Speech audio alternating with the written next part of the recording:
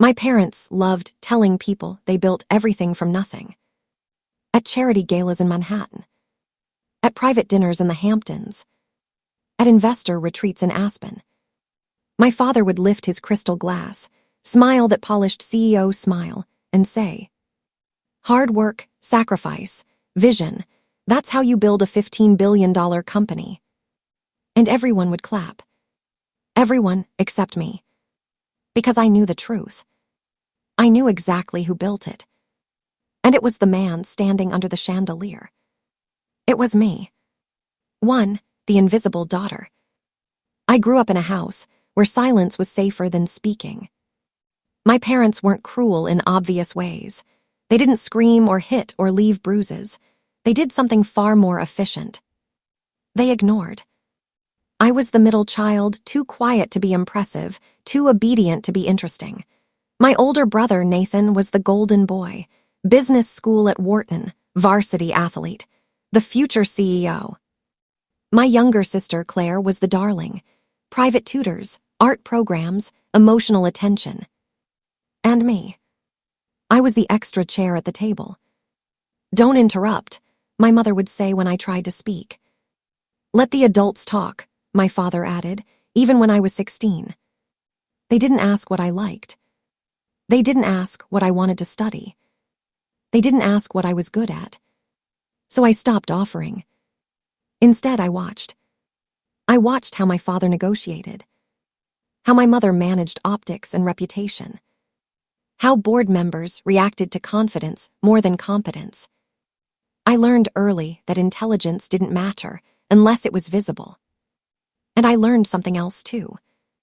They underestimated me. The first betrayal. When I was 17, I built a financial model for fun.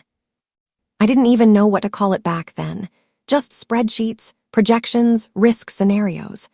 I used public filings from my father's company, Harrington Global, a logistics and infrastructure giant expanding aggressively overseas. One night at dinner, I mentioned, quietly, that their South American expansion looked over-leveraged.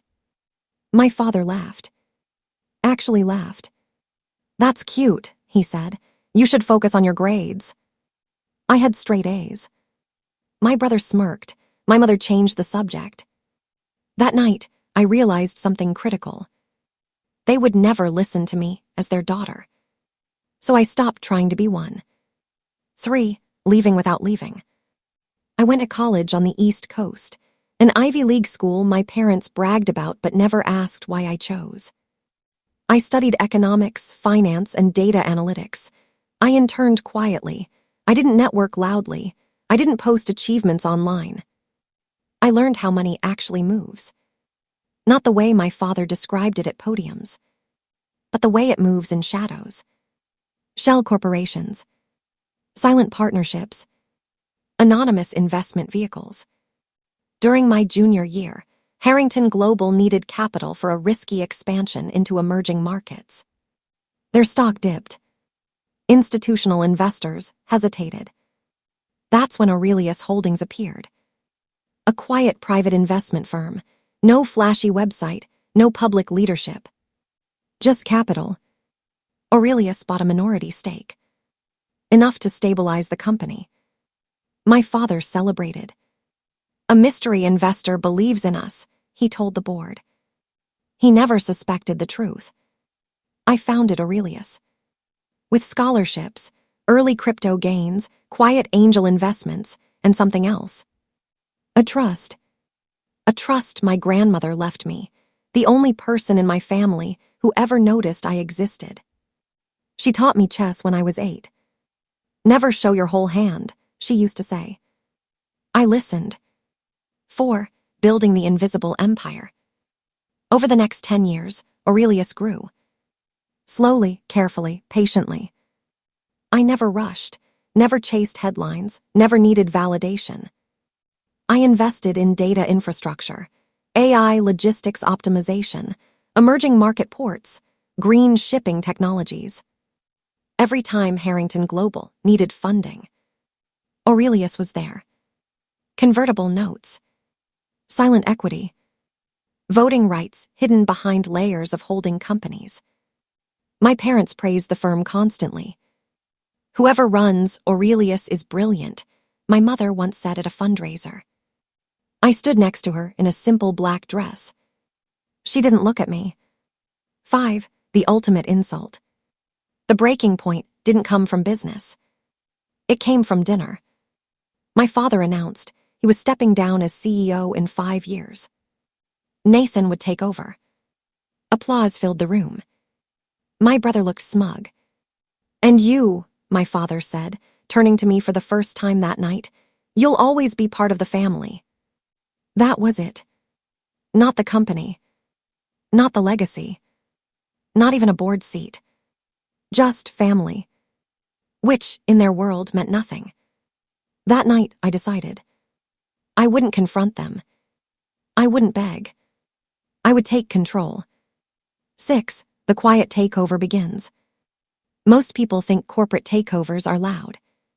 They imagine hostile bids, press leaks, emergency meetings. They're wrong. Real takeovers happen in silence. Over 18 months, Aurelius exercised options. Converted notes. Triggered clauses no, one remembered signing. By the time anyone noticed, Aurelius controlled 41% of Harrington Global. Enough to decide everything. Still anonymous. Still invisible. Until one final move. 7. The lock. The board meeting was scheduled for Monday morning. Emergency session. The agenda simply read, change in voting authority. My parents arrived confident. So did my brother. They didn't know I was already there. Sitting at the head of the table. Waiting. 8. The reveal end of part 1 cliffhanger. When my father entered the room, he stopped. Confusion flickered across his face. "Why is she here?" he asked. The board chair cleared his throat. "Because Aurelius Holdings has requested representation." My father laughed. "This is inappropriate." The chair looked at me. "Ms. Harrington," he said calmly, "you may begin." I stood, met my parents' eyes for the first time in years, and said the words that would change everything. "I'm Aurelius." Silence crashed into the room.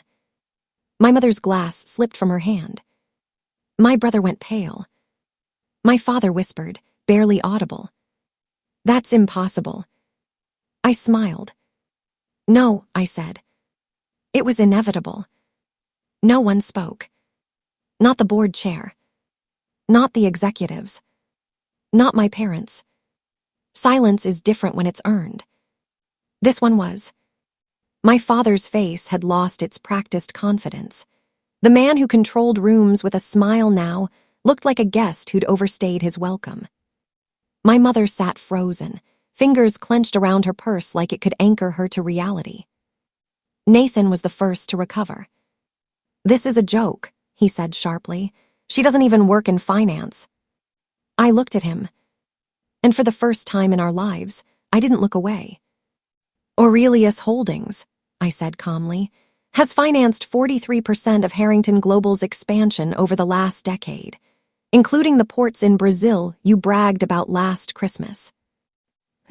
A murmur rippled across the table. Nathan swallowed. "You," he whispered. "Yes," I said, "me." 10. The documents don't lie. The board chair nodded toward the screen. "Please continue, Ms. Harrington." I clicked the remote. The screen lit up with charts, contracts, voting rights. Each slide peeled away another layer of illusion. Convertible bonds. Preferred shares. Silent voting agreements. Every emergency bailout Harrington Global had needed, there I was. Invisible. Essential. Ignored. My father stood up abruptly. "This is absurd," he snapped. "I would know if my own daughter—" "You wouldn't," I interrupted gently. "You never looked." That hurt him more than anger ever could. 11. The fall of the patriarch. The board voted that day. Unanimously. Effective immediately, my father was removed as CEO. Not because I demanded it. Because the numbers demanded it. Because the contracts demanded it. Because power doesn't care about pride. Security escorted him out of the room. The same man who once told me to let the adults talk. I didn't feel joy. I felt closure. 12, my mother's breakdown. She found me later. In my office. My office. She didn't knock. How could you do this to your own family? She cried. I didn't raise my voice. I didn't, I said. I saved the company, you just never noticed who did. Tears streaked her makeup. You planned this. I nodded. For years. She sank into the chair across from me. You could have told us. I met her eyes. You could have asked. 13, Nathan's desperation. Nathan tried manipulation. Then guilt. Then rage. You stole my future, he shouted during our final private meeting. I shook my head.